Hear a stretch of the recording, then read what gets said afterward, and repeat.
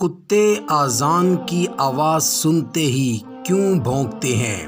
آج کی اس ویڈیو میں ہم آپ کو یہ بیان کریں گے اور ساتھ میں یہ بھی بیان کریں گے کہ کتے کی تخلیق کیسے ہوئی۔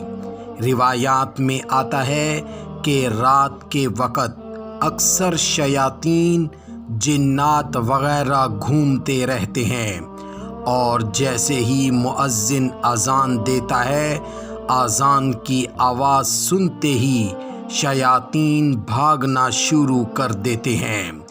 کتے ان کو دیکھتے ہیں اور آواز نکالتے ہیں، یعنی بھونکتے ہیں۔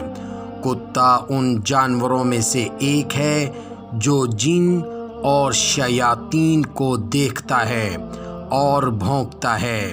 یہاں پر ہم آپ کو یہ بھی ایک اہم بات بیان کرتے چلیں کہ اکثر لوگ پوچھتے ہیں کہ کتے کی تخلیق کیسے ہوئی، تو یہ یاد رکھیے، کتے کی تخلیق ابلیس کی تھوک سے ہوئی ہے۔